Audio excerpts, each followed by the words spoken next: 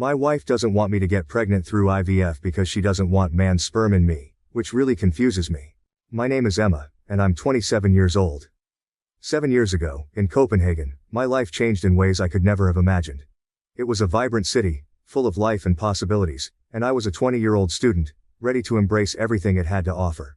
I was studying primary education, driven by my love for children and teaching. Little did I know that a simple party would introduce me to someone who would become the love of my life. It all started at a mutual friend's party during university. I had been hesitant to go, preferring quiet evenings with a book over loud gatherings. But a friend convinced me, insisting I needed to socialize more. The party was in a cozy apartment in central Copenhagen, filled with students laughing and chatting. I felt out of place, trying to find a corner where I could blend in with the background. That's when I noticed another girl doing the same. Her name was Sofia. She was standing alone on the balcony, looking at the city lights. Sofia had an air of quiet contemplation about her, as if she were lost in her own thoughts, away from the buzz of the party. Her dark hair fell in loose waves around her shoulders, and she wore a simple yet elegant dress that highlighted her natural beauty. There was something about her that drew me in, perhaps the way she seemed so comfortable in her solitude, or maybe it was the slight hint of a smile playing at the corners of her lips. I mustered the courage to join her. As I stepped onto the balcony, the cool night air embraced me, offering a welcome contrast to the warmth and noise inside. I greeted her, and she turned to look at me with curious dark eyes. Up close I could see the intelligence and warmth in her gaze. We exchanged a few polite words about the party and our mutual friend who had invited us. There was a natural ease to our conversation. A flow that felt both comforting and exciting. We started talking about our studies. Sofia was studying engineering, and as she spoke about her projects, her eyes lit up with passion. She described the challenges she faced in a male-dominated field and her determination to excel. I could see the dedication and drive in her, and it was inspiring. I shared my own experiences studying primary education, my love for teaching, and the joy I found in working with children. She listened intently, her genuine interest making me feel valued and understood. As we talked, I found myself drawn to her not just physically, but intellectually and emotionally. Sofia had a way of speaking that was both articulate and thoughtful. She expressed her ideas clearly and confidently, yet there was a humility about her that made her incredibly approachable. I admired her strength and the quiet resilience that seemed to underpin everything she did. We continued our conversation, moving from our studies to our future aspirations. Sofia spoke of her dreams to design sustainable energy solutions, hoping to make a difference in the world. I shared my hopes of becoming a teacher who could inspire and nurture young minds. There was a moment when our eyes met, and I felt a connection that was deeper than words. It was as if we had known each other for much longer than just a few minutes. The sounds of the party faded into the background as we became engrossed in our own little world. I felt completely at ease with Sofia, a sense of comfort and familiarity that was rare for me in social situations. She had a calming presence, and her thoughtful responses and insights made our conversation enriching and engaging. We eventually realized how much time had passed and decided to exchange contact information, not wanting to lose the connection we had just discovered. As I left the party that night, my mind was buzzing with thoughts of Sofia. There was something special about her, something that made me eager to see her again. After our initial meeting at the party, Sofia and I quickly became close friends. We started meeting up regularly, our favorite spots being cozy cafes and serene parks around Copenhagen. There was a quaint little cafe near our university that became our go-to place.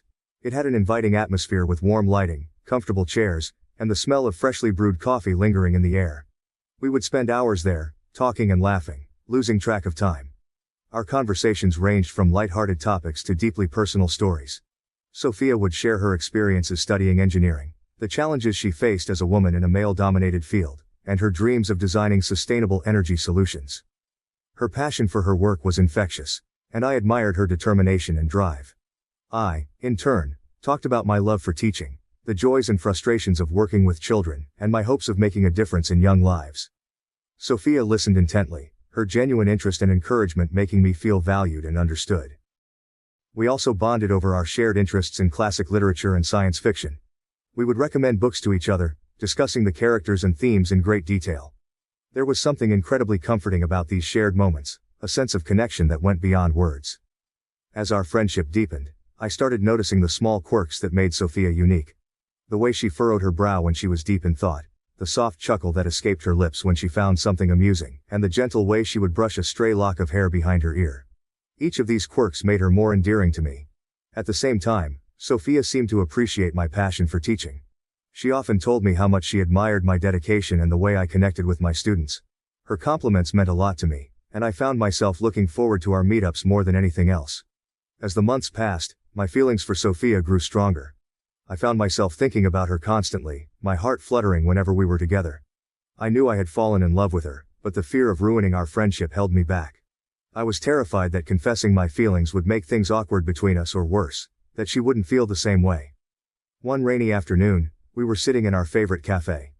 The soft jazz music playing in the background created a comforting atmosphere. I had been debating with myself for weeks, writing down my feelings in my journal, trying to muster the courage to tell her how I felt. My heart pounded as I decided to finally confess. "Sofia," I began, my voice trembling slightly. "There's something I need to tell you." She looked up from her coffee, her dark eyes filled with curiosity and concern.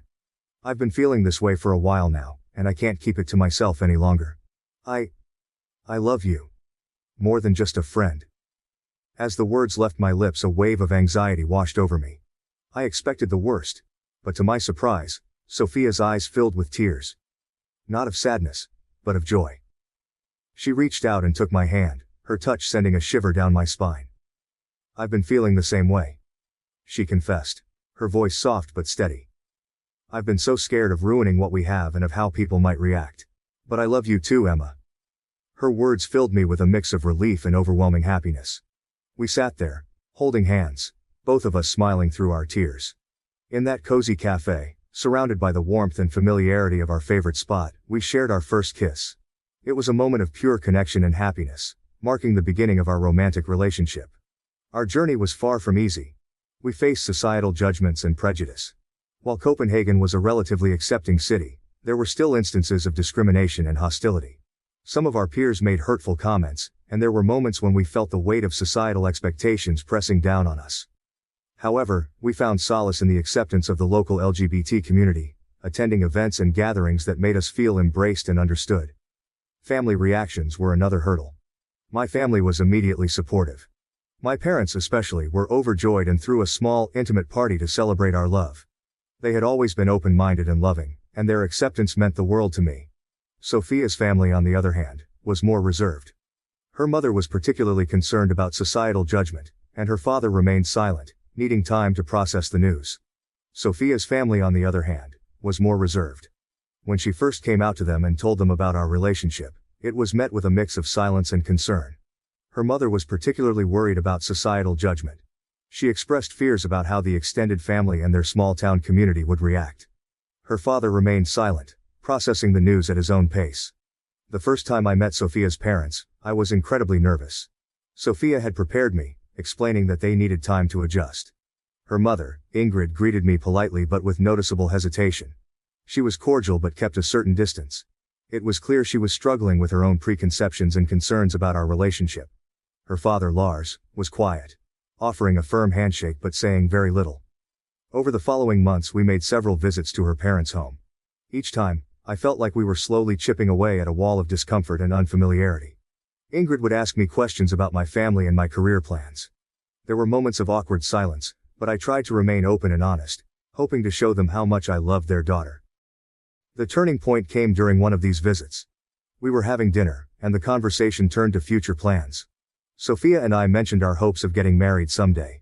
Ingrid looked visibly uneasy, and Lars finally spoke up. He admitted that he had been struggling to understand and accept our relationship, not because he didn't want Sofia to be happy, but because it was so different from what he had envisioned for her. His honesty opened a door for genuine conversation. I shared with them how much Sofia meant to me and how committed I was to our future together. I expressed my respect for their family and my hope that they could come to accept and support us. It was a heartfelt and emotional discussion, and by the end of the evening, there was a noticeable shift in their attitude. They still had reservations, but they were beginning to see our relationship through a different lens. Ingrid started inviting me to more family gatherings, and her demeanor gradually softened. She began to ask more personal questions, showing genuine interest in my life and background. Lars, though still reserved, started to engage more during our visits. He shared stories from his own life, slowly building a connection with me. There were still moments of tension, especially when extended family members were involved. Some of Sofia's relatives were openly skeptical or disapproving, and it was clear that Ingrid and Lars were also navigating these external pressures. However, Sofia and I stood firm, supporting each other and maintaining open communication with her parents. Our involvement in the local LGBT community also played a role in bridging the gap. We invited Ingrid and Lars to attend a Pride event with us, hoping to show them the supportive and vibrant community we were part of. They agreed, albeit reluctantly. The event was an eye-opener for them. Seeing the love and acceptance among the attendees, and the positive atmosphere, seemed to have a profound impact on them. Ingrid later told us that the experience made her realize how much support we had and how important it was for us to be true to ourselves. She began to make an effort to understand our world better. We shared articles and books about LGBT issues with her, and she gradually became more educated and empathetic. Over time, their acceptance grew. Ingrid became more affectionate, treating me like part of the family. She would call me to check in and invite us over for dinner regularly. Lars remained quieter but showed his support in his own ways, helping us with practical matters, like fixing things in our apartment, and always being there when we needed advice. Living in Copenhagen, we also faced societal judgments from peers and strangers. There were occasional homophobic remarks and exclusion, but we stood strong together. These experiences, though painful, brought us closer. We learned to lean on each other for strength and support. We also became involved in activism, attending pride parades and advocating for LGBT rights. These activities empowered us and helped us build a network of supportive friends. 2 years into our relationship, we decided to move in together. It was an exciting step, filled with both joy and challenges. We found a small, cozy apartment that suited our needs. Decorating our new home was an adventure. My love for vintage decor clashed with Sofia's minimalist style, but we learned to compromise and create a space that reflected both our personalities. Living together brought us closer, but it also meant adjusting to each other's routines and habits. We had our share of small arguments over household responsibilities, but we always resolved them through open communication. When Sofia and I were together, every moment felt like an adventure. The excitement of discovering each other anew filled our days with joy. We were eager to make each moment special, and our early dating days were marked by romantic gestures that spoke volumes about our growing affection. Sofia had a knack for planning the perfect dates. One of our favorites was a picnic in a secluded spot she had found in one of Copenhagen's beautiful parks. She surprised me with a basket filled with my favorite foods: fresh bread, cheeses, fruit, and a bottle of wine. We spread a blanket under a large oak tree, its branches providing shade and a sense of intimacy. The air was filled with the scent of blooming flowers and the soft hum of nearby chatter.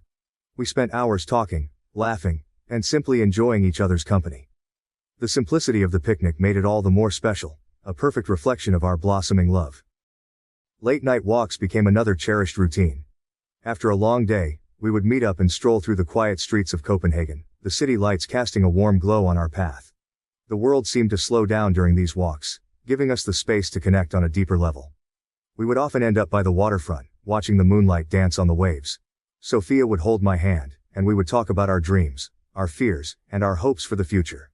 Those walks were a time for us to be completely open with each other, free from distractions. Sofia's surprise dates were always a delight. One evening, she took me to an outdoor movie screening. It was a classic romantic film, and she had prepared a cozy setup with blankets and pillows. We sat under the stars, the cool night air wrapping around us as we watched the movie. The magic of the film, combined with the enchantment of being with Sofia, made it an unforgettable experience. She had a way of turning ordinary moments into extraordinary memories. As our relationship deepened, so did our trust. We began sharing our deeper insecurities and personal challenges, finding solace and strength in each other's support. I confided in Sofia about my fears of not being good enough as a teacher, my worries about failing my students, and the pressure I felt to live up to my own expectations. Sofia listened with patience and understanding, offering words of encouragement that bolstered my confidence. One of the major challenges we faced early on in our relationship was Sofia's struggle with sexism and homophobia at her engineering firm. It was a difficult time for her, and seeing her in pain was heart-wrenching. Sofia had always been passionate about her work, but the toxic environment was taking a toll on her mental health and self-esteem. She would come home exhausted and demoralized, the weight of her experiences evident in her eyes. Sofia confided in me about the specific incidents that made her feel isolated and undervalued. She spoke about the offhand remarks, the condescending attitudes, and the blatant discrimination she faced. One particularly painful incident involved a project she had been leading. Despite her expertise and hard work, a male colleague was given credit for her achievements. The frustration and hurt she felt were palpable, and I was determined to help her navigate through it. Together, we devised a plan to address these challenges. I encouraged Sofia to document the instances of discrimination and to seek support from her company's HR department. We researched her rights and found resources that could help her build a strong case. It wasn't easy, but Sofia's resilience and determination shone through. She confronted her superiors and demanded the respect she deserved. Her courage was inspiring, and I stood by her every step of the way. Our relationship grew stronger as we faced this adversity together. Sofia's fight against sexism and homophobia became a shared battle, one that united us in a profound way. I made sure she knew she wasn't alone, that I was there to support her unconditionally. Whether it was listening to her vent after a particularly tough day or helping her prepare for meetings with HR, I did everything I could to be her rock. In the midst of these challenges, we found strength and solidarity in the LGBT community. We decided to attend a pride parade together, hoping to draw strength from the collective power of the community. The parade was a vibrant and joyous celebration of love and acceptance.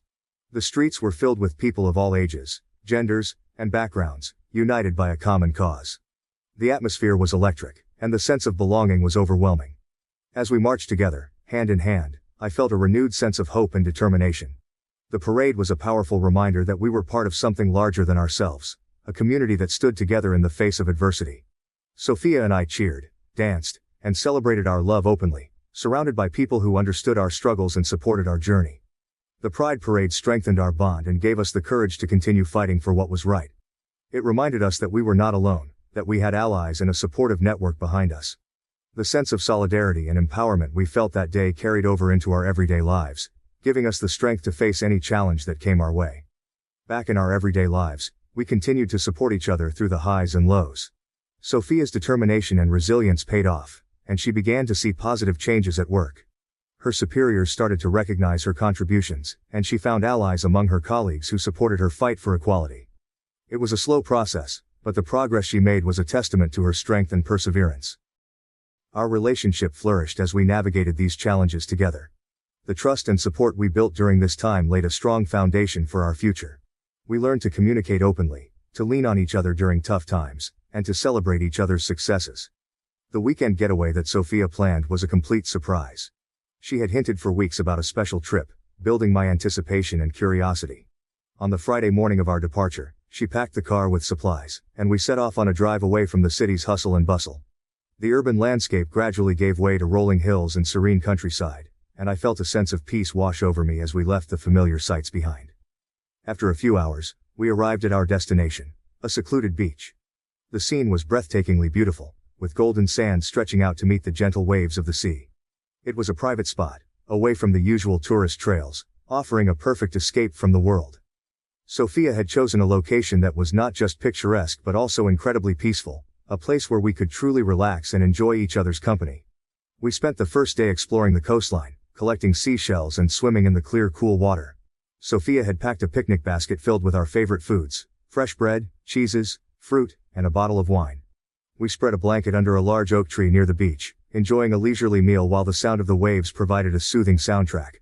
The simplicity of the picnic made it all the more special, a perfect reflection of our relationship.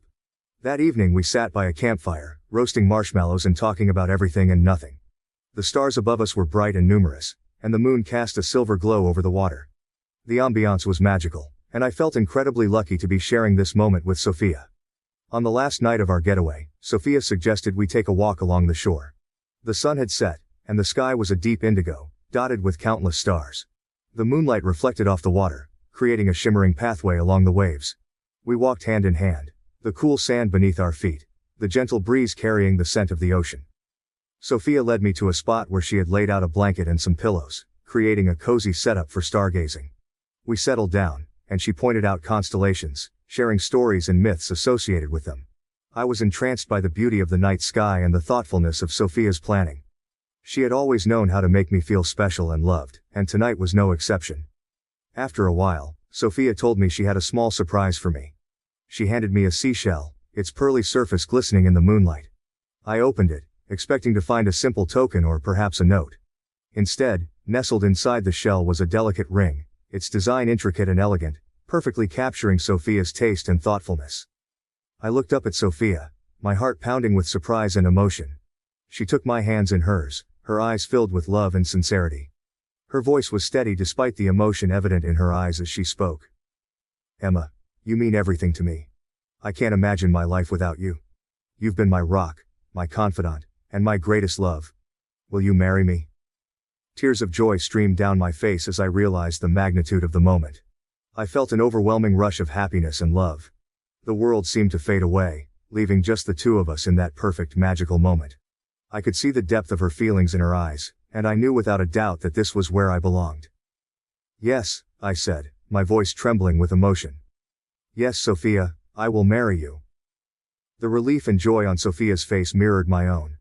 We embraced, holding each other tightly, both of us overwhelmed by the intensity of our feelings. The love and connection we shared felt more profound than ever before. Our first kiss as an engaged couple was tender and filled with promise, sealing our commitment to each other. We spent the rest of the evening on the beach, talking about our future and dreaming of the life we would build together. The stars seemed to shine brighter that night, as if they were celebrating with us. Sofia had brought a small bottle of champagne, and we toasted to our future, clinking our glasses as we sat on the blanket, the sound of the waves providing a soothing background. The following morning, we watched the sunrise together, sitting wrapped in a blanket, our fingers intertwined. The sky gradually changed from dark blue to hues of pink and orange, signaling the start of a new day and a new chapter in our lives. We were filled with a sense of hope and excitement, knowing that we were stepping into the future together. As we packed up and prepared to leave the beach, I couldn't help but reflect on how far we had come. From our first meeting at a friend's party to this incredible moment of engagement, our journey has been filled with love, challenges, and growth. Sofia's proposal was the perfect culmination of our relationship, a testament to the deep bond we shared and the unbreakable commitment we had to each other. The drive back to Copenhagen was filled with laughter and joy. We talked about our engagement, the wedding we would plan, and the life we envisioned together. The excitement and anticipation of what lay ahead made the journey seem shorter, and before we knew it, we were back home, ready to share our news with friends and family. The engagement marked the beginning of an exciting and somewhat stressful period of wedding planning. Sofia and I were determined to create a day that truly reflected our love and values, blending traditional elements with modern inclusive touches. We quickly realized that planning a wedding was not just about choosing flowers and venues but also about navigating family dynamics and societal expectations. Sofia's family had come a long way since she first came out to them. Her parents, Ingrid and Lars, had grown to accept and support our relationship, but there were still moments of hesitation and uncertainty. They wanted to be involved in the wedding planning, and their support meant a lot to us. However, they sometimes struggled with the idea of a non-traditional wedding. On the other hand, my family was enthusiastic and eager to help from the start. My parents especially were thrilled about the wedding and offered their assistance in any way they could. My mother took on the role of chief planner, coordinating meetings and helping us make decisions. Her excitement was contagious, and her organizational skills were invaluable. Bringing both families together for planning sessions was an interesting experience. There were differences in opinions and expectations, but it was heartening to see everyone working towards a common goal. We had many discussions around the dining table, sipping coffee and brainstorming ideas. Ingrid and Lars slowly opened up, sharing their thoughts and suggestions. They wanted the wedding to be a beautiful and memorable day, and their input, though sometimes traditional, was rooted in a genuine desire to support us. One of the main challenges we faced was balancing traditional wedding customs with our desire for a modern, inclusive ceremony. We wanted our wedding to reflect who we were as individuals and as a couple, which meant incorporating elements that were meaningful to us while respecting the customs and traditions that our families held dear. We decided on a garden wedding, a perfect blend of natural beauty and elegance. The botanical garden we chose was stunning, with lush greenery and vibrant flowers providing a picturesque backdrop. However, planning an outdoor ceremony came with its own set of challenges, such as weather concerns and logistics. Traditional customs, such as walking down the aisle and the exchange of vows, were important to us, but we wanted to put our own twist on them. We decided to walk down the aisle together, symbolizing our partnership and equality. This decision was met with mixed reactions. While my family embraced the idea, Sofia's parents were initially unsure. They had envisioned a more traditional procession, but after some discussions, they came around and supported our choice. Writing our own vows was another way we personalized our ceremony. We spent many evenings crafting words that truly reflected our journey and our commitment to each other. It was a deeply emotional process, filled with tears and laughter, as we revisited memories and expressed our hopes for the future. Sharing these intimate promises in front of our loved ones was incredibly important to us. Navigating the guest list was another challenge. We wanted to invite those who had supported us throughout our relationship, but we also had to consider family expectations. Sofia's extended family included some conservative members who had been less than supportive. Deciding whether to invite them was difficult, but ultimately, we chose to surround ourselves with people who genuinely cared for and supported us. Throughout the planning process, we were overwhelmed by the support and love from our friends and family. Our close friends rallied around us, offering their time and talents to make our wedding special. A friend who was a graphic designer created beautiful invitations and programs, incorporating a subtle rainbow motif that celebrated our pride and love. Another friend, a talented musician, offered to perform at the ceremony, adding a personal touch to our special day. Our families, despite their initial reservations, came together in ways we hadn't expected. My mother and Ingrid formed an unlikely bond over wedding preparations, spending hours discussing flower arrangements and decorations. Lars, who had been more reserved, took on the task of handling logistics, ensuring everything ran smoothly. As the wedding day approached, the sense of unity and support grew stronger. Our friends organized a pre-wedding celebration, a mix of traditional and modern elements, that brought everyone together in a joyous and relaxed atmosphere. It was a beautiful reminder of the love and community that surrounded us. The day of the wedding dawned clear and bright, with a gentle breeze rustling the leaves in the botanical garden. Sofia and I woke up feeling a mix of excitement and nervousness. We had planned and prepared for this day for months, and now it was finally here. The garden was transformed into a magical setting, with flowers and decorations that reflected our personalities and love. The ceremony took place in a secluded part of the garden, under a large oak tree. White chairs were arranged in rows, adorned with delicate floral arrangements. A beautiful arch made of intertwined branches and flowers stood at the front, framing the spot where we would exchange our vows. We decided to walk down the aisle together, hand in hand. As we made our way through the garden path, the string quartet played our favorite song, creating an enchanting atmosphere. The sight of our friends and family, smiling and teary-eyed, filled us with a deep sense of love and gratitude. Our officiant, a close friend who had been with us from the beginning, welcomed everyone and spoke about the journey that had brought us to this moment. She highlighted the importance of love, commitment, and the courage it took to be true to ourselves. Her words were heartfelt and touching, setting the perfect tone for the ceremony. When it was time for our vows, Sofia and I faced each other, our hands clasped tightly. We took turns reading the promises we had written, our voices trembling with emotion. Sofia spoke about the strength and resilience she saw in me, the joy I brought into her life, and her commitment to stand by my side through everything. I shared my gratitude for her unwavering support, her kindness, and the deep connection we shared. As we spoke, there wasn't a dry eye among our guests. The emotional weight of our promises, coupled with the beauty of the setting, made the moment incredibly powerful. One of the highlights of the ceremony was a surprise musical performance by a friend who had known us since college. She sang a song that held special meaning for us, her voice carrying through the garden and adding a magical touch to the proceedings. It was a moment of pure beauty, and the love and effort she put into her performance touched our hearts deeply. Following the ceremony, we moved to a tented area for the reception. The tent was decorated with fairy lights and colorful flowers, creating a warm and inviting atmosphere. Each table had a small booklet that shared our love story, from our first meeting to the proposal, allowing guests to reminisce and celebrate our journey with us. The meal was a blend of our favorite foods, with a focus on local and sustainable ingredients. We wanted the reception to feel like a big, joyous family dinner, and the warm communal atmosphere made everyone feel included and cherished. As a special touch, we included a dessert bar featuring treats from both our cultures, a sweet nod to our backgrounds. The speeches were another memorable part of the reception. Our friends and family shared stories and well wishes, their words filled with humor and love.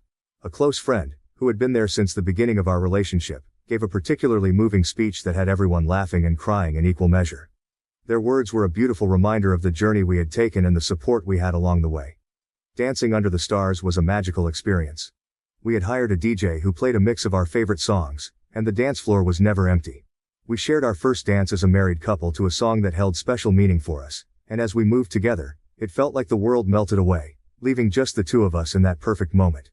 One of the most profound aspects of our wedding was the act of publicly declaring our love despite societal prejudices. There were moments of fear and uncertainty leading up to the wedding, worries about how some guests might react or whether we would face judgment. But standing there, surrounded by the people who mattered most, those fears faded away. The overwhelming support and love from our friends and family reaffirmed our belief in the power of love and community. Our wedding wasn't just a celebration of our relationship, it was a testament to the progress we had made and the acceptance we had found. It was a beautiful and empowering experience, one that reminded us of the importance of being true to ourselves and standing up for what we believed in. As the evening came to a close, we took a moment to step away from the festivities and reflect on the day. We stood together, looking out at the twinkling lights and the joyful faces of our guests. It had been a day filled with love, laughter, and memorable moments, a perfect start to the rest of our lives together. Our wedding was everything we had hoped for and more. It was a day filled with love, support, and joy. A celebration not just of our relationship but of the community and the journey that had brought us together. As we looked around at our friends and family, dancing and laughing under the twinkling lights, we felt an overwhelming sense of gratitude and happiness. It was the perfect start to the rest of our lives together. After the excitement and whirlwind of our wedding, Sofia and I settled into our life as a married couple. The transition from engaged to married life was a beautiful journey of establishing new routines and planning for our future together. Each day brought a new sense of comfort and familiarity, deepening our bond and strengthening our commitment. One of the first things we did was to create a space that truly felt like home. We had been living together for a few years, but now, as a married couple, there was a renewed sense of purpose in making our apartment a reflection of us. We spent weekends rearranging furniture, adding personal touches, and filling our home with items that brought us joy. Sofia's minimalist style and my love for vintage decor blended seamlessly, creating a cozy and inviting space that we both loved. Establishing routines was a natural next step. We both had busy schedules, but we made it a priority to carve out time for each other. Mornings became our sacred time, a peaceful start to the day before the rush of work. We would sit together over breakfast, sipping coffee and discussing our plans for the day. These quiet moments of connection set a positive tone and made the hectic days more manageable. Evenings were dedicated to unwinding and reconnecting. Sofia often came home tired from her demanding job in engineering, and I would try to make her transition home as relaxing as possible. We developed a routine of cooking dinner together, experimenting with new recipes and enjoying the simple pleasure of a home-cooked meal.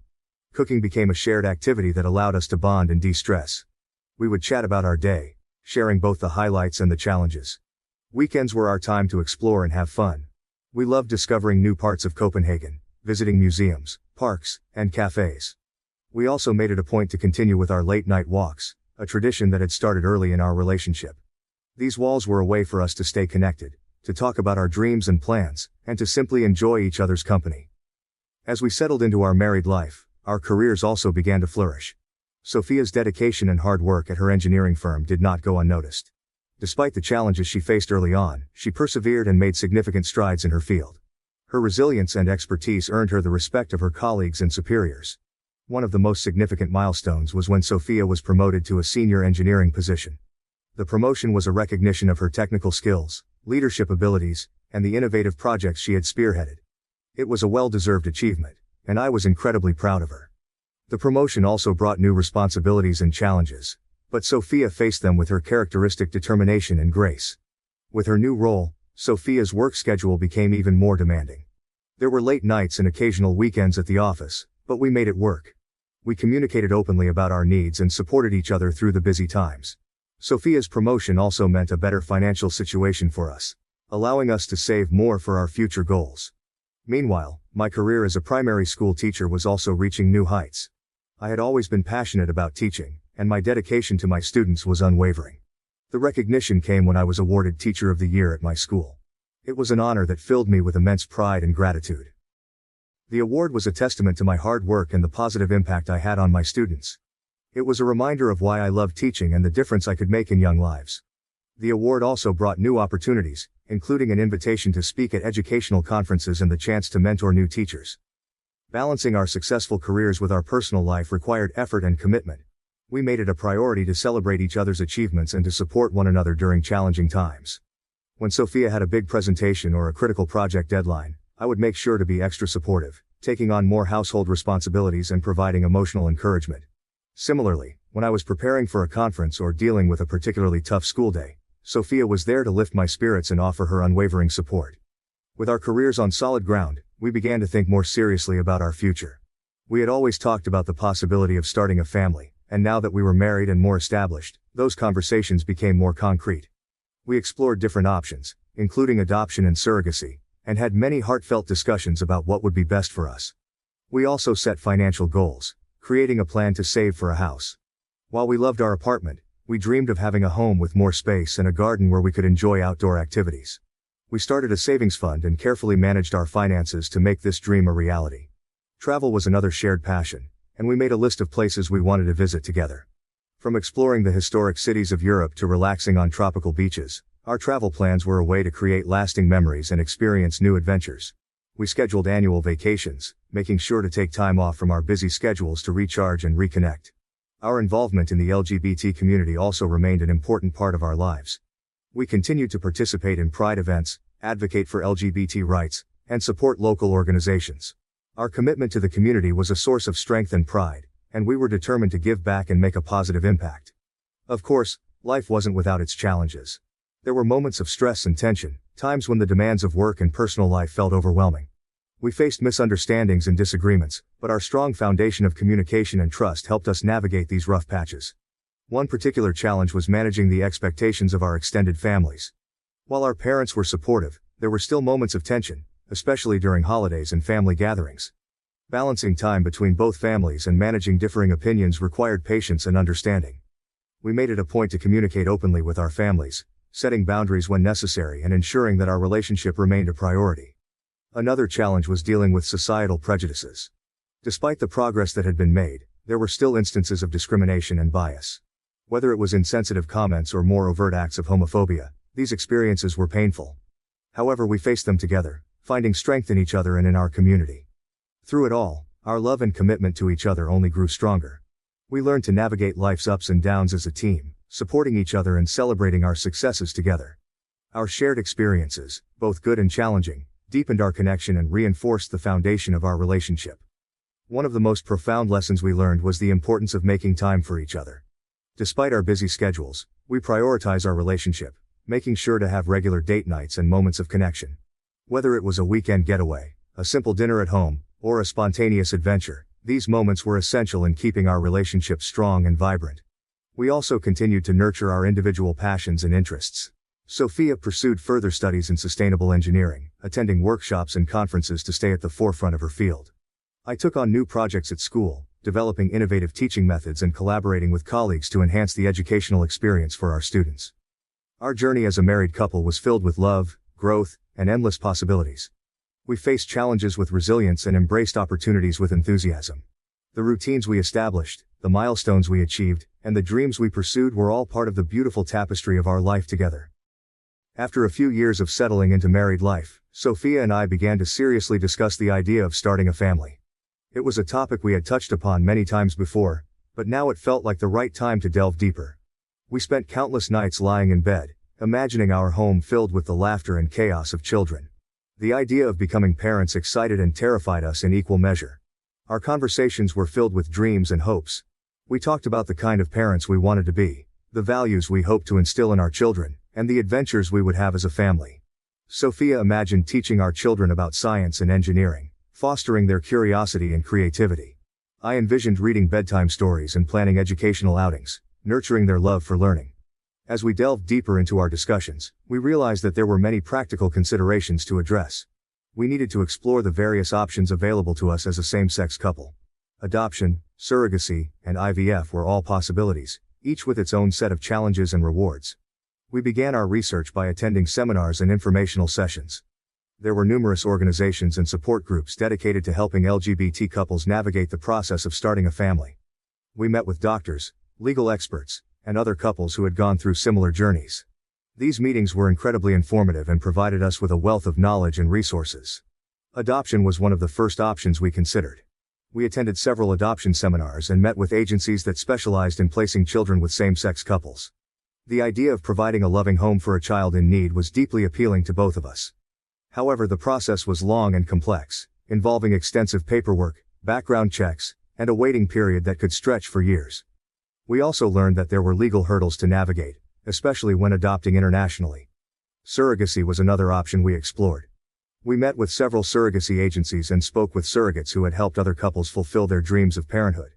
The idea of having a biological connection to our child was important to us, and surrogacy seemed like a viable path. However, it was also an expensive and emotionally taxing process. We would need to find a surrogate who was a good match, navigate the legal aspects, and be prepared for the financial investment. IVF was another option on the table, and we attended several consultations with fertility specialists. The medical professionals explained the process in detail, including the use of donor sperm. The idea of IVF intrigued us, but it also brought up a host of emotions and concerns. As we delved deeper into the IVF discussions, I began to notice a growing discomfort in Sofia. At first, she didn't say much, but I could sense her unease. During one of our consultations, she finally voiced her concerns. Sofia expressed discomfort with the idea of using donor sperm, saying she didn't want a man's cum in me. Her words took me by surprise, and I almost laughed at the absurdity of it, but I quickly realized she was serious. I tried to understand her perspective, but I felt hurt and confused. To me, IVF seemed like a simple and logical solution to our desire to have a child. The science was clear, the success rates were promising, and many same-sex couples had successfully used IVF to start their families. I couldn't comprehend why Sofia was so opposed to it, especially since we both understood the medical aspects very well. I would lie awake at night, replaying our conversations in my mind, trying to piece together why she felt this way. I felt a growing sense of frustration and helplessness. It seemed like every time we made progress, we were met with another roadblock. I wanted to support Sofia, but I also felt that she was being unreasonable and overly cautious about something that should be straightforward. Our arguments often ended in frustration and tears. The same points would be raised again and again, with neither of us feeling heard or understood. I would try to present the logical aspects, the statistics, the safety, and the success stories of other couples. Sofia, however, would respond with her emotional and psychological concerns. Sofia tried to explain that it wasn't just about the physical aspect of IVF. She spoke about her deeper feelings of discomfort and unease. She worried about the implications of using donor sperm and the potential emotional impact on our family. She was concerned about how the child might feel about their origins and the possible identity issues they might face. I struggled to understand these concerns. To me, it felt like Sofia was overcomplicating something that should be straightforward. I would counter her arguments with practical solutions, suggesting we could be open and honest with our child about their conception, provide them with all the love and support they needed, and ensure they felt secure in their identity. The emotional toll of these discussions was significant. I felt like we were on a constant roller coaster, with moments of hope quickly followed by despair. There were times when I felt like giving up, wondering if we would ever find a resolution that worked for both of us. I questioned whether we were ready for the challenges of parenthood if we couldn't even agree on the first step. I also felt a deep sense of isolation. It seemed like no one else could fully understand the complexity of our situation. Friends and family offered support, but their well-meaning advice often missed the mark.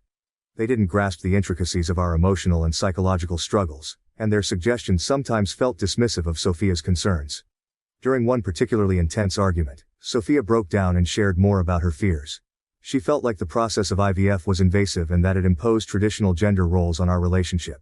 She had spent her entire career fighting against sexism and homophobia, and the idea of using donor sperm felt like another way in which societal norms were being imposed on us. She worried about the dynamics it would create within our family and how it might affect our child's sense of identity. Our arguments often ended in frustration and tears. Sofia tried to explain that it wasn't just about the physical aspect of IVF, but also about her deeper feelings of discomfort and unease. She worried about the implications of using donor sperm and the potential emotional impact on our family. I struggled to understand these concerns, feeling like she was overcomplicating something that should be straightforward. The tension began to take a toll on our relationship. We had always been able to communicate openly and support each other through challenges, but this issue seemed to create a rift between us. I felt like Sofia was being irrational and stubborn, while she felt like I wasn't respecting her feelings and concerns. Desperate to find a resolution, we decided to seek counseling. We found a therapist who specialized in working with LGBT couples and booked our first session. The counseling sessions provided a safe space for us to express our thoughts and emotions without judgment. Our therapist helped us unpack the layers of our conflict, exploring the deeper fears and insecurities that were driving our reactions. Through counseling, I began to understand that Sofia's discomfort with IVF wasn't just about the physical process. It was rooted in her feelings about traditional gender roles and societal expectations. She had spent her entire career fighting against sexism and homophobia, and the idea of using donor sperm felt like another way in which societal norms were being imposed on us. She worried about the implications for our family dynamics and the potential for judgment from others. Understanding Sofia's perspective helped me to see the issue in a new light. I realized that her concerns were valid and that we needed to find a solution that respected both of our feelings. We continued to attend counseling sessions, working through our emotions and finding ways to support each other. One breakthrough moment came when Sofia admitted that she felt pressured to conform to traditional notions of family and parenthood. She felt like she was being forced into a role that didn't align with her identity and values. Hearing this helped me to empathize with her struggle and to see that her opposition to IVF was about more than just the physical process. Hearing this, I began to see the issue in a new light. Sofia's discomfort wasn't just about the medical procedure, it was about the deeper implications and her struggle against societal expectations. She felt pressured to conform to traditional notions of family and parenthood, and that pressure was causing her significant distress. Realizing the depth of Sofia's feelings, I suggested we seek counseling. We found a therapist who specialized in working with LGBT couples and began attending sessions. The counseling sessions provided a safe space for us to express our thoughts and emotions without judgment. Our therapist helped us unpack the layers of our conflict, exploring the deeper fears and insecurities that were driving our reactions. Through counseling, I began to understand that Sofia's discomfort with IVF was not something to be dismissed. It was a legitimate concern rooted in her experiences and values. The process of working through our conflict in therapy was enlightening and healing. We learned to communicate more openly and to respect each other's feelings. After many months of discussions, counseling sessions, and emotional highs and lows, we finally found a path that felt right for both of us.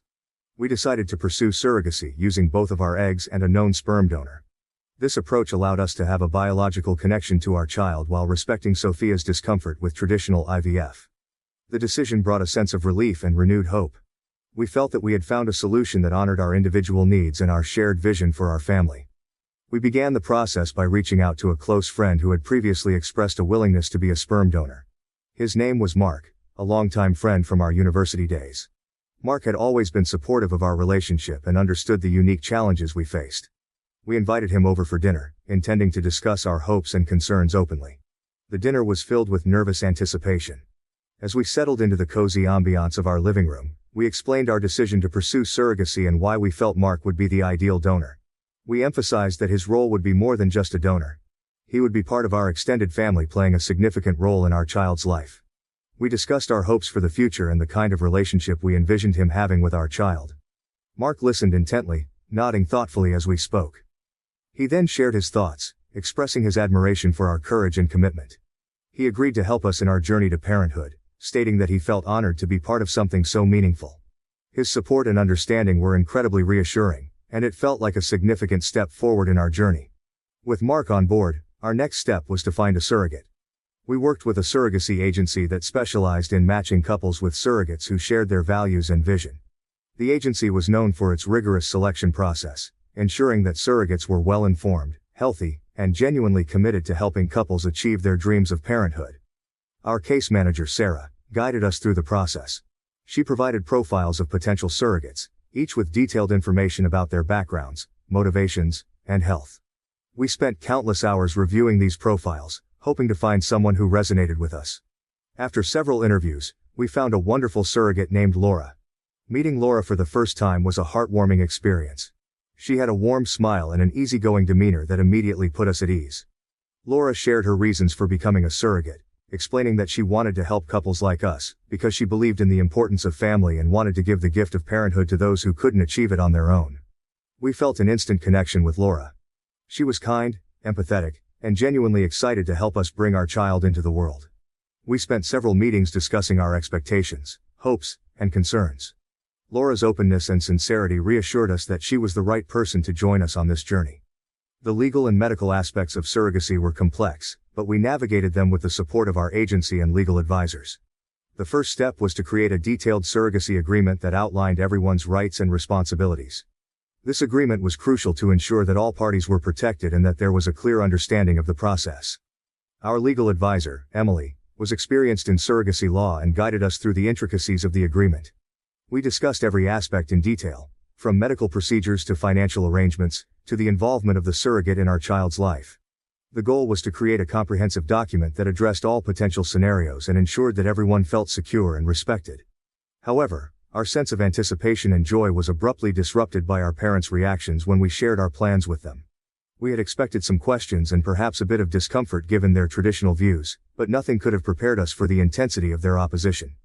The first confrontation came during a dinner at my parents' house. We had planned a special evening to share our news, hoping that the joyful atmosphere would help them embrace our decision. As we sat around the dinner table, Sofia and I carefully explained our journey so far, the consultations, the legal preparations, and our connection with Laura. My parents listened quietly at first, their expressions growing more strained as we spoke. My father was the first to break the silence. "I don't understand why you can't just do it the natural way," he said, his voice laced with confusion and disappointment. "One of you should be carrying the child. It seems so impersonal, having someone else do it." His words stung. I had anticipated some resistance, but his outright rejection felt like a blow. I tried to explain our reasoning again, emphasizing Sofia's discomfort with IVF and our desire to find a solution that felt right for both of us. But my father was unmoved. My mother, who had been silent until then, chimed in. "We thought we'd see you with a baby bump, Emma. We thought it would be a part of you. Surrogacy feels so detached, so clinical." A similar confrontation occurred when we spoke to Sofia's parents via a video call. We had hoped that explaining everything in detail would help them understand, but Ingrid's voice trembled with emotion as she expressed her disapproval. "This isn't how we imagined becoming grandparents. We thought one of you would carry the baby. It feels so detached, having a surrogate." Lars, usually more reserved, was visibly upset. "Why go through all this when you can just carry the child yourselves? It doesn't make sense to us." The discussions quickly escalated into heated arguments. Both sets of parents were adamant that surrogacy was not the right choice for us. They brought up concerns about the emotional bond between us and our future child, societal perceptions, and their own expectations of what family should look like. They couldn't understand why we would choose a path that seemed so unconventional and complicated to them. Our parents' arguments were emotionally charged and often harsh. They accused us of taking the easy way out, of not considering the emotional implications for the child, and of disregarding their feelings and expectations. It was heartbreaking to hear such accusations from people we loved and respected. Sofia tried to explain our reasons and the emotional journey that had led us to choose surrogacy. She spoke about her discomfort with IVF and how surrogacy felt like the best solution for us. But our parents were unmoved. They viewed our decision as an abandonment of traditional family values. The arguments became more intense, with accusations and harsh words flying back and forth. I felt caught in the middle, trying to mediate between Sofia and our parents, but it was clear that we were facing a deep and painful divide. The hurt and frustration on both sides were evident, and it felt like we were stuck in an impasse. The emotional toll of these conflicts was significant. Sofia and I found ourselves questioning our decision and feeling torn between our own desires and our parents' expectations. The stress and strain of these confrontations affected our daily lives, leading to sleepless nights and tense conversations. I felt a profound sense of betrayal and disappointment. I had always imagined that our parents would support us unconditionally, but their harsh words and rigid stances made me question everything. I struggled with feelings of guilt and anger, torn between wanting to make them happy and staying true to what felt right for us. Sofia, who had already battled significant emotional turmoil over IVF, was deeply hurt by the lack of support from our families. She felt misunderstood and isolated, her fears and concerns dismissed as irrational. The pressure from our parents to conform to traditional notions of family and pregnancy only added to her distress. After the intense argument at home, Sofia and I decided to temporarily stop our surrogacy plans. The conflicts with our parents and the emotional strain it placed on us were too overwhelming to continue without a pause. The decision to take a break felt like a relief but also left a void. Our dreams of starting a family were put on hold, and the uncertainty weighed heavily on us. We tried to focus on our work to distract ourselves from the emotional turmoil. Sofia threw herself into her projects at the engineering firm, taking on more responsibilities and working late into the evenings. Her promotion had brought new challenges, and she channeled her energy into excelling in her role. I immersed myself in my teaching career, preparing lessons, and spending extra time with my students. While work provided a temporary escape, the unresolved issue of starting a family lingered in the background. The conflict over starting a family became an increasingly pressing issue between Sofia and me. Despite all our love and the depth of our relationship, this one topic seemed insurmountable. I had tried to bring it up multiple times, hoping for a breakthrough, but every discussion ended the same way. Sofia repeated her discomfort with IVF and the idea of using donor sperm, but her explanations never seemed to go beyond that. It felt so irrational to me. I was trying to be understanding and patient, but I was reaching my limit. Sofia's stance felt like a barrier I couldn't penetrate. She would say she didn't want a man's cum in me, and that would be the end of it. I tried to delve deeper, to understand her underlying fears and concerns, but she would shut down or deflect. It was incredibly frustrating. I couldn't understand why she was being so resistant to something that seemed like a logical and effective solution to our desire for a family. What made it even more confusing was how loving and kind Sofia was in every other aspect of our life. She was attentive, affectionate, and went out of her way to make me happy. She cooked my favorite meals, planned surprise dates, and was there for me emotionally in every way. It was like she was compensating for the tension around our family planning discussions by being extra attentive in other areas. This only added to my confusion and frustration. I felt like I was living in two parallel worlds. One where our relationship was perfect, and another where we were stuck in an endless loop of disagreement and misunderstanding. I tried to bring up the topic gently, avoiding pushing too hard to not come off as annoying or demanding. I would mention it casually during our evening walks or while we were cuddling on the couch. But each time, Sofia's response was the same. She would reiterate her discomfort, and the conversation would stall. I began to feel like I was hitting a brick wall. It wasn't that Sofia was refusing to talk about it. She would engage in the conversation, but it always ended at the same point. I asked her if she didn't want children right now, suggesting that maybe we were rushing the process.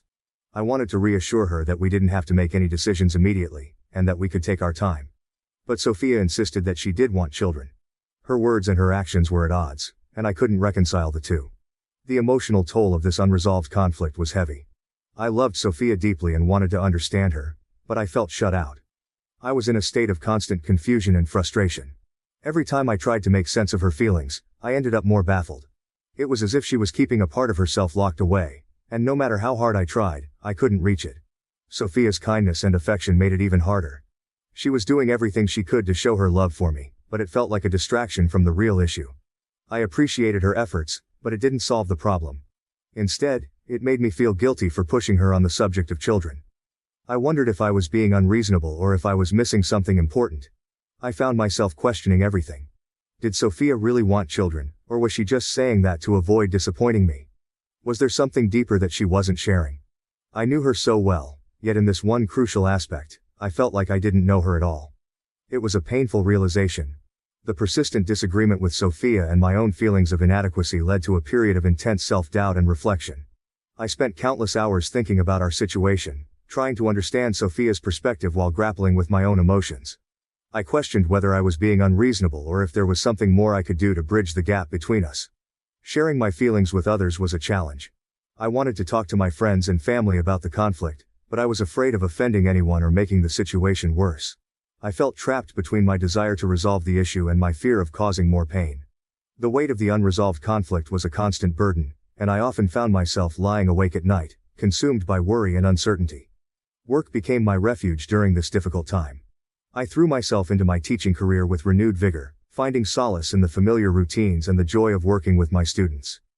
I volunteered for extra projects, attended professional development workshops, and even started a new after-school program focused on creative writing. The satisfaction of making a difference in my students' lives provided a temporary reprieve from my personal struggles. Sofia also found solace in her work. Her engineering projects were demanding and required her full attention, which helped her cope with the emotional strain at home. She achieved several milestones in her career, earning accolades and recognition from her peers and superiors.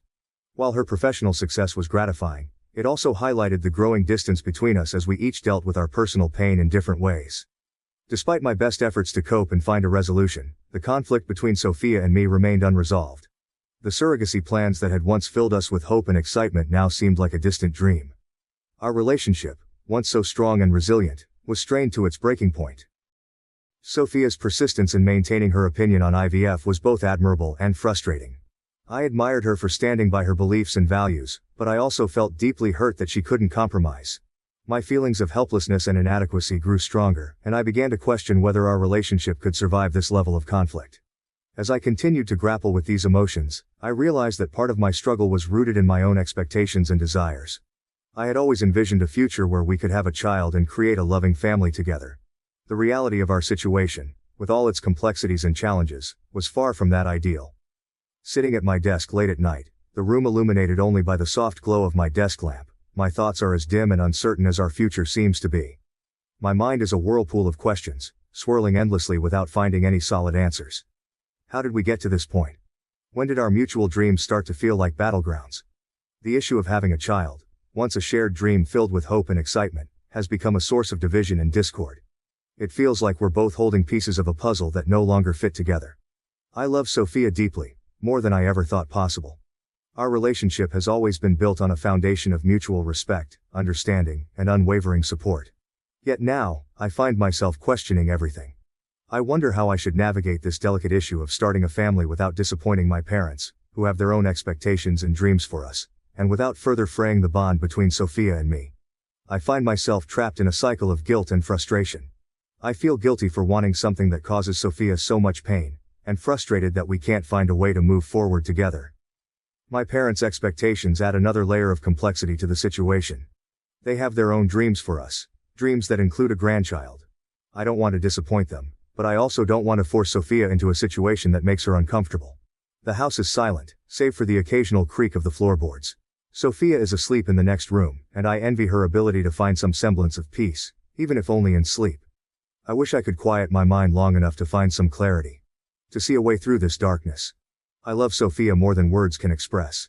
She is my partner, my confidant, my best friend. I want to build a future with her.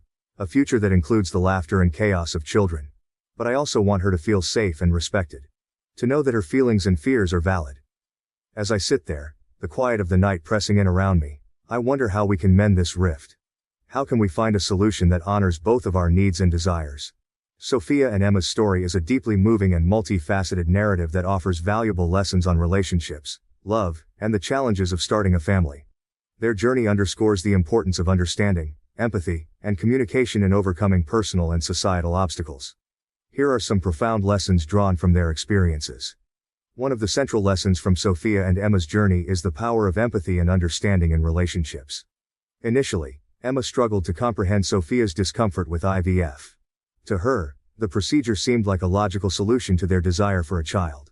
However, Sofia's feelings were deeply rooted in emotional and psychological concerns, including societal expectations and traditional gender roles.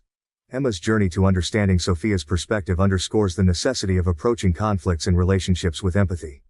Effective communication isn't just about talking, it's about listening deeply and validating each other's feelings.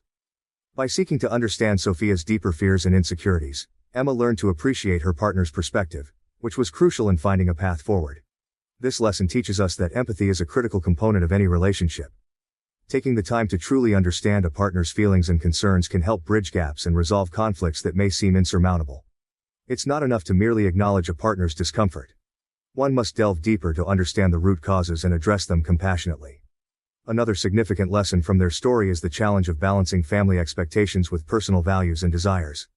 Both Sofia and Emma faced considerable pressure from their parents, who had traditional views on family and parenthood. Their parents' resistance to surrogacy and insistence that one of them become pregnant highlighted the generational and cultural differences that often complicate family dynamics. This aspect of their story highlights the importance of finding a balance between respecting family opinions and staying true to one's values and needs. While family support and approval are important, personal decisions, especially those as significant as starting a family, must align with what feels right for the couple involved. Sofia and Emma's experience underscores the importance of open dialogue and finding common ground. It shows that while it's essential to consider family expectations, ultimately, the decisions about starting a family must reflect the couple's shared vision and values. This lesson is particularly relevant for anyone navigating similar pressures from family or society. Respecting individual perspectives within a relationship is another crucial lesson from their story. Sofia's discomfort with IVF was not something Emma could initially understand, but it was a deeply personal issue for Sofia. The journey to finding a solution that worked for both of them required Emma to respect Sofia's feelings, even when they didn't align with her own perspective. Thank you for watching. If you haven't subscribed yet, please do so and hit the notification bell to stay updated with more shocking real-life stories happening around you. Alright, everyone's presentations are done. Nick, the manager, said as he tried to move the discussion forward. Excuse me, I haven't. I recently found out something. Nick interrupted me and began to speak. There's apparently someone in this department who didn't graduate high school and is just a part-timer. Meetings should be for employees only. Absolutely right. His lackey, Mike, of course, agreed with Nick. I'm leaving. After leaving the meeting room, I started to shut down my computer. I noticed that an email had arrived, not in my personal inbox, but in the company's shared email. Thinking, there's no point in speaking up, no one will listen, I went home quietly. The next day, I heard a commotion from Nick's desk. He was staring at his computer screen, his face pale. Nick? Is something wrong? Mike looked at the screen with him. And he turned even paler than Nick. Why is he so angry? Knowing the reason for Mike's distress, I thought to myself, serves them right. My name is Adam. My mother passed away when I was in the 9th grade, and I was raised by my father. Well, you could hardly call it being raised. After my mother passed, my father changed. He drowned his sorrows in alcohol, and though he still went to work, he squandered our living expenses on horse racing. Because of that, I had to start working part-time as soon as I entered high school. Every month, I went to the convenience store with bills in hand that couldn't be auto-deducted from my father's account. Even though I endured it because I didn't want to be alone, I reached my limit in my second year of high school and dropped out. I found a live-in job at a distant inn. Thank you for everything. The day I left home, my father, still staring at the TV, spoke. Take care. That was our last conversation. Back then, 18 wasn't the age of majority, so I needed my father's permission to work, and I couldn't hide my place of employment. Yet, my father never visited me even once. I kept working just to survive, and before I knew it, I was 42. Years of hard work paid off, and I was transferred to the headquarters. I was thrilled to be recognized by the company, as I thought I'd be working in the field until retirement due to my lack of formal education. Listen up. Our work can change the future of our employees. Don't drag us down. On my first day after the transfer, Nick, dressed in an expensive suit, spoke sternly. There was a reason for this. Our inn was located in a prominent tourist destination, known so well that everyone in the state could sing its commercial jingle. At its peak, we had 5 locations within the state. But that was long ago. Due to financial difficulties and aging facilities, only the place where I had worked for many years and the original establishment remained. I was prepared to lose my job anytime, but now there was a glimmer of hope. With the rise of social media, the tourist area where the inn was located started gaining attention again. Depending on how hard the sales department, where I was transferred, worked, we could either thrive or be forced to give up this prime location to the new hotel chains continuously popping up. For Nick, who had switched careers from another industry to strengthen our sales, this was a battle he couldn't afford to lose. I understood why he had to be strict. I will do my best. Nick sneered at my enthusiastic declaration. Did you not hear what I said? I'm sorry. I thought I was listening carefully. Out of habit from years of customer service, I apologized reflexively, though I had no idea what had offended him. Someone was watching me with a smirk. In this department, there are those who are expected to excel and those who have been shoved here because they have nowhere else to go. You are the latter. It was Mike, the section chief. He's 7 years younger, at 35. But he was called to headquarters much earlier than I was and had been moving around within the headquarters ever since. I'm not jealous, but I can't accept that he's my boss. Graduating from a prestigious university, he has an unusually high pride and caused many problems as a newbie, making things very difficult for me when I was the front desk leader. When I found out Mike was transferred to the sales department a month before me, I was disheartened. Mike is right. With just a middle school diploma, there's not much you can do. Don't even think about achieving results. As if I didn't exist, Nick remarked, I'm thirsty. Mike eagerly ran to the coffee maker. It seems Mike is Nick's lackey. I regretted being happy about my transfer to headquarters, wishing I had stayed on site forever. Send a direct mail to every company on this list by the end of the day. Nick only assigned me tasks that even a new graduate could handle. What? There are over 1,000 companies. You want me to send to all of them by today? Yes, if you and your fellow misfits split the work, even those with nowhere else to go should finish by today. I glanced at the employees typing away expressionlessly. They were worn out from customer service, only thinking about leaving on time, or were women reassigned after having children, with zero motivation for work. Even Sam, a new graduate from the same university as Mike, who was supposed to be among the expected achievers, had no enthusiasm for the job, having joined the company wanting to do customer service. I don't care what they say, I plan to quit anytime, he said. Only Nick and Mike were highly motivated, making all the decisions between the two of them. I originally only wanted to work at the inn to survive and had no particular attachment to this job. I swallowed my words, thinking I had no right to reprimand them. About a month after the transfer, Nick told us with a frustrated look. To commemorate the 50th anniversary, we've decided to create a plan exclusive for one group per day. Originally, Mike and I were supposed to come up with it, but our president, Mr. Thompson, insists on hearing everyone's opinions. So, you all get a chance. As Nick explained, Mike began handing out prints. Make sure not to embarrass Nick. If your ideas are half-baked, you'll have to redo them. It seemed that they had printed his handwritten notes by Mr. Thompson, which included several questions and a section for free responses. It made sense why Nick had to seek our input, given that all responses had to be submitted to Mr. Thompson. We were given a week to think about it, and a meeting was scheduled to compile our ideas. My plan is to let guests enjoy both the old and modern America. Nick began the presentations. Guests would watch a master confectioner at a nearby traditional sweet shop make sweets in front of them. The welcome drink would be premium tea in a bottle. Nick's plan was certainly attractive. After his presentation, Nick called on us to present in the order we were seated. Just as I stood up for my turn. "All right, everyone's presentations are done." "Excuse me, I haven't. I recently found out something." Nick interrupted me. "There's someone in this department who didn't graduate high school and is just a part-timer." He was likely talking about me. I joined the company as a part-timer and was made a full-time employee when I turned 20. That was 20 years ago, so Nick and Mike probably had no chance to know until recently. Meetings should be for employees only. Absolutely right. After that, Nick kept creating opportunities to solicit everyone's opinions, purposefully excluding me from speaking. The meeting unexpectedly heated up and went past the scheduled end time. A few people asked to leave, and the discussion continued with the remaining few. "Still here?" Normally, you'd leave in that situation. Though I had no attachment to the job initially, hearing kind words from customers made me want to make them happier. For someone like me, with nowhere to go, the inn was my home and customer service was my life. I felt pathetic about my current self. "I'm leaving." I left the conference room and started shutting down my computer. I noticed an email had arrived, not in my personal inbox, but in the company's shared email.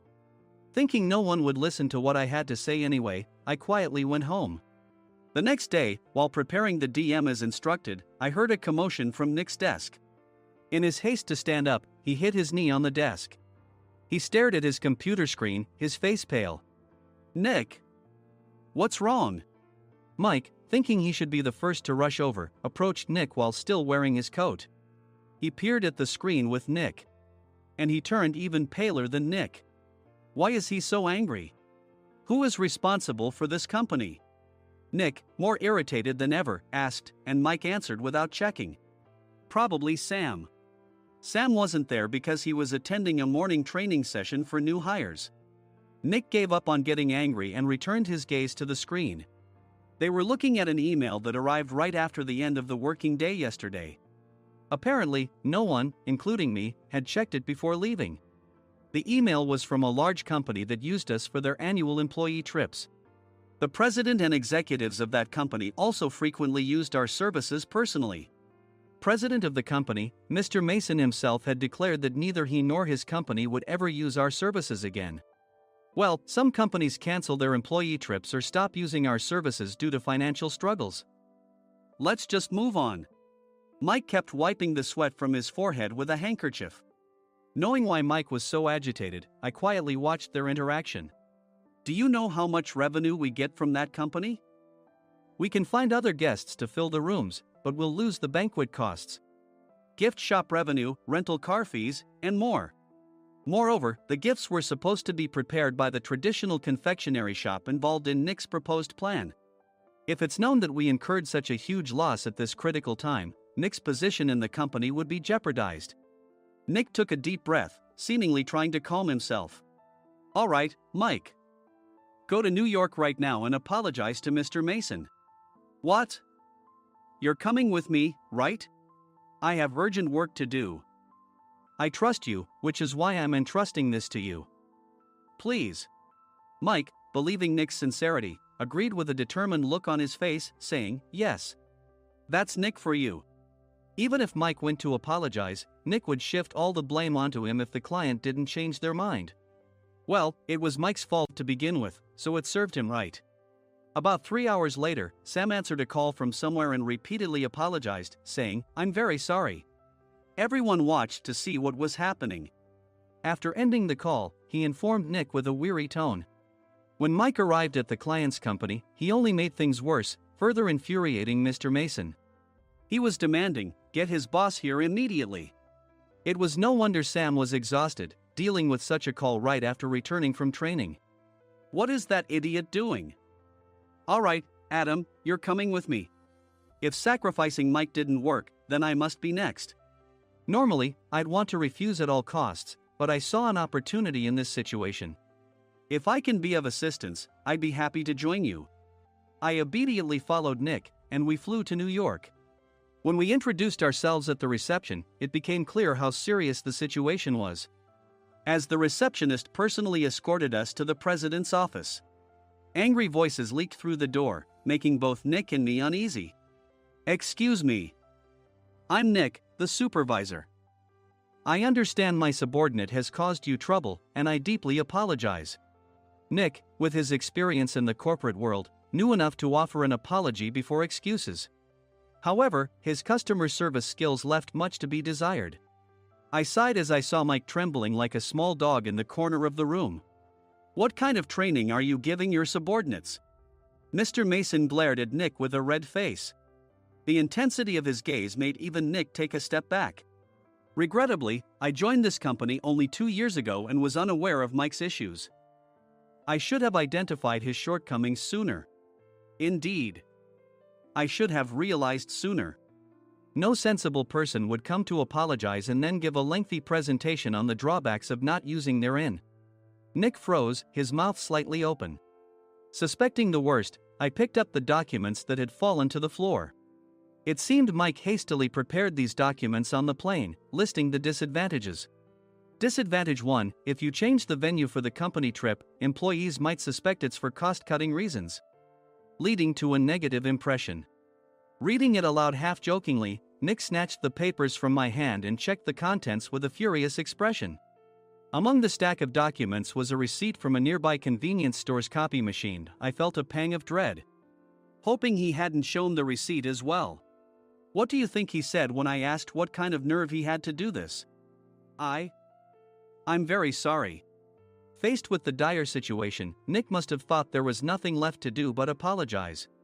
In a voice smaller than I'd ever heard from him, he uttered words of apology. He said, "I'm a Harvard graduate. I don't believe I said anything wrong." Mike! What have you done? Forgetting his plan to pin the blame on Mike, Nick yelled loudly, even in front of Mr. Mason. I didn't do anything wrong. You're still saying that? Look at him. Mike pointed at me with a shaking hand. I was assigned to headquarters in my 20s and now I'm a section chief. This guy only made it to headquarters at 42. Everything I've done proves I was right. So why are we losing the contract? Having said his piece, Mike collapsed to the floor. Of course. You were sent there because you had nowhere else to go. Mike never expected to hear such words from someone he looked down upon. He lunged at me, and Nick hurriedly stepped in to stop him. Mr. Thompson told me Mike is a quick thinker, and to take good care of him. There's no way he was pushed aside. Don't make things worse here. He didn't say quick thinker, he said only quick-witted, didn't he? I don't remember that part. I recalled the many troubles Mike caused when he was a newbie. When Mike was on the front line, his pride was so high that he never apologized to customers. Customer service, especially in our job, doesn't work alone. It brings both good and bad situations. If the front staff or housekeepers made mistakes, or the cleaning company didn't properly clean a room, one had to apologize to the customers regardless of personal fault. Mike, in such situations, would never apologize, insisting he wasn't at fault. This often angered customers, and as the front desk leader, I frequently had to apologize on his behalf. He caused complaints and disrupted operations, which is why he was quickly moved to headquarters. In departments where he didn't interact directly with customers, his quick thinking was beneficial and things went well. But it seemed his flaws were starting to show. Corporate reservations are supposed to be entered into the system by the sales representative. But a quick check yesterday revealed that more than 10 items were missing from the client's reservation. The handover document clearly stated what needed to be prepared. Why didn't you enter it into the system? Why do we have to give them special treatment?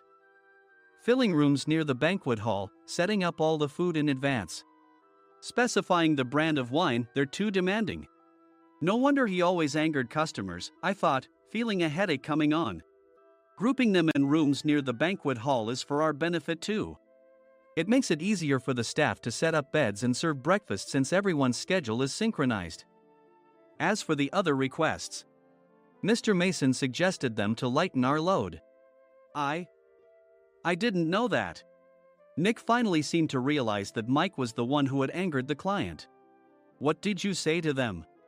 I just told them we wouldn't give them special treatment anymore. We shouldn't waste effort on things that don't bring in money. I was utterly exasperated at his lack of understanding of customer service. Of course, we shouldn't comply with unreasonable demands. But carrying over successful practices from past stays makes customers feel remembered and enhances their experience. Good memories encourage repeat visits. That's part of our job. I looked down at Mike, who was sitting on the floor. In our job, nothing is a waste. Mr. Thompson likely moved you to the sales department, hoping you'd finally understand this. How do you think he feels now that you've failed to meet his expectations? Mike, tears in his eyes, fled the president's office. I was amazed he still hadn't apologized. You have it tough, Adam. It's okay, we're all employees of the same company.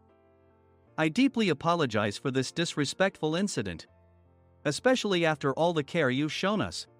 If it weren't for you, Adam, I really would have stopped staying here. When I heard you were moving to the sales department, I was willing to reconsider if you handled it. Seeing us talk so amicably, Nick's face contorted. Do you two know each other? Adam's service is excellent. I always requested him specifically.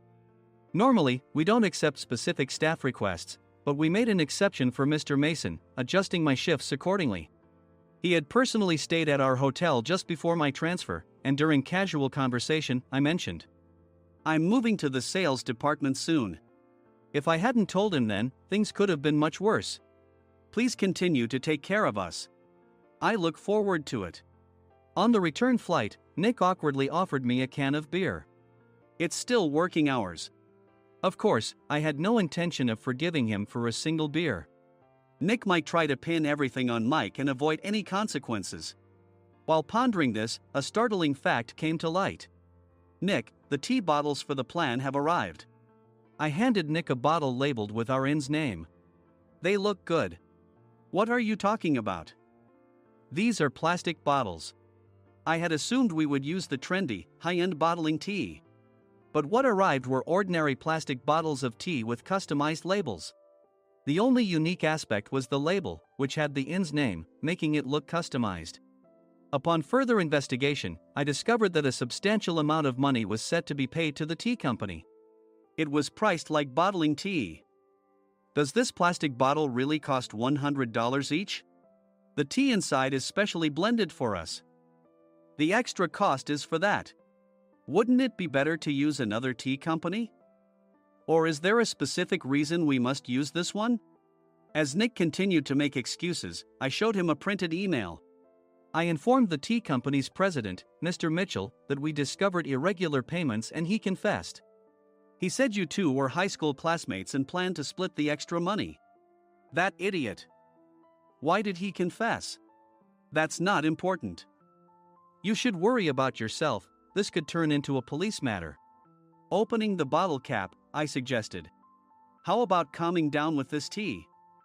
It supposedly has a relaxing effect. Nick drank the tea frantically.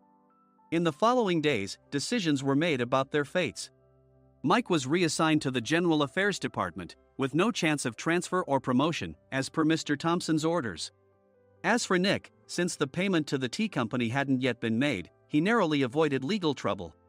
Instead, he was encouraged to leave the company, and to avoid further complications, Nick submitted his resignation.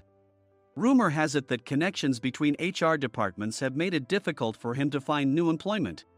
Even though it was good to have those two gone, something unexpected happened in the sales department. Everyone became motivated and united in refining the 50th anniversary plan. In the end, my plan was adopted.